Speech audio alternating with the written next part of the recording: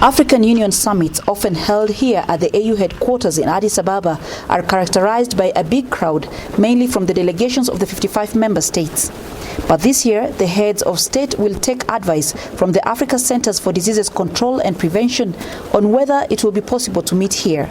The continent is recording an increase in COVID-19 infections and a new strain of the virus in South Africa and Nigeria. There should be no doubt in our minds that the second wave is here, and that the second wave is threatening to be even more aggressive than the first wave. The Africa CDC says the continent began registering an overall increase in COVID-19 infections from July 2020.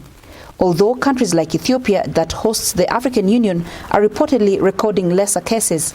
The African Union Commission chairperson Musa Faki Mahamat says a meeting here in Addis Ababa on the 6th of February could be possible with a highly streamlined agenda and limited delegates. This idea is, however, subject to the trend of the pandemic in the next few weeks. The African Union is concerned that not much progress has been made in silencing the guns, as was the theme of the concluding year. We have witnessed a very huge upsurge in the frequency of terrorist attacks in Burkina Faso. And indeed, we also have witnessed terrorist operations getting a foothold in northern Mozambique. And then you have the situation in Libya that has been basically festering with the offensive from General Khalifa Haftar's forces and the escalating conflict between the UN-recognized government of Libya and the forces of Khalifa Haftar. Boko Haram in the Sahel region, Al-Shabaab in Somalia remain a big challenge to fighting terrorism in the continent. South Sudan is yet to fully adapt to a newly transitional government. Fresh conflicts like that between Morocco and Sahrawi Republic and in Ethiopia's northern region are adding to the strain. And the COVID-19 pandemic slowed down peace processes. I think a major development has been the fact that conflict mediation and peacemaking efforts have been slowed down or completely disrupted. You also see, similarly, issues relating to activities for the conduct of operations, such as counter-terrorism operations, having been slowed down or disrupted. Okay, and then, of course, some opportunist actors, such as terrorist groups, taking advantage of the situation and launching attacks in that context. The UN Refugee Agency says all these issues are adding to the already 18 million refugees and displaced people in Africa that need assistance. I think it's very important for member states to once again go back to the drawing board and revisit some of the questions that have been on the table for a long time, questions that lead to displacement, an equal and uneven distribution of wealth, poor access to social amenities, a contestation for power, leadership deficiency. All these things, I think it's very important to look at them collectively. As it seeks to discuss more on these and other sticking issues in February, the African Union will be electing a new chair and deputy for the AU Commission. South Africa will also hand over the chairmanship of the African Union to the Democratic Republic of Congo. Coletta Wanjohi, SABC News, Addis Ababa, Ethiopia. For more now, let's speak to SABC News' foreign editor, Sophie Mokoena. She has attended every AU summit over the last decade. Sophie, do we know where South Africa stands on whether it should be a physical or a virtual meet this year? It's not clear yet in terms of South Africa's position. As you are aware that President Ramaphosa is the current chair, therefore there was no way he could try and influence the outcome. He left it to heads of state and government to come up with a decision, a final decision.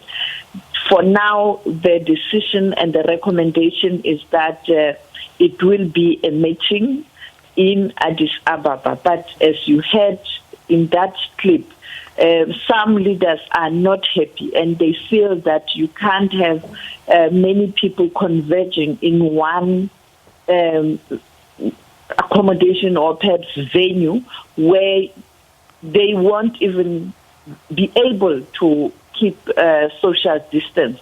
But also, ventilation and all that, being in that hall or that auditorium at the AU headquarters in Addis Ababa, it is a risk. And I think many people in general, that's their view. And also calling on leaders to lead by example. They are the very same people who have imposed hard lockdown measures in their respective countries, not allowing a particular number or saying only a small number of people should converge, particularly on issues that are beyond the control. For example, the funeral. For example, South Africa is in cutting down number of people who can attend the funeral. Now, when you look at the auditorium, you'll see that when you look at the visuals, the meetings before this one that's coming, it's full. Of course, they may agree to cut down on numbers, but you are expecting 55 heads of state and government who are members of the Union, African Union. Even if they don't come, the head of government and state, they are going to send representatives. So you still have 55 countries represented. If you have 20 heads of state, clearly you'll have security as well, and also people who are assisting officials. Therefore, it's impossible. It is impossible. And I think those who are pushing for a virtual meeting are correct, because leaders must lead by example. Yeah. I agree fully with you, Sophie. So the insert set it up. I mean, this whole idea of silencing the guns on the African continent, there's actually been a whole lot of setbacks because of COVID-19. We've discussed before, and you've often asserted that COVID-19 a huge challenge for the continent, but also maybe an opportunity for African countries to come together and show what they could do with a bit of teamwork on the continent. Looking back, has that opportunity been harnessed at all?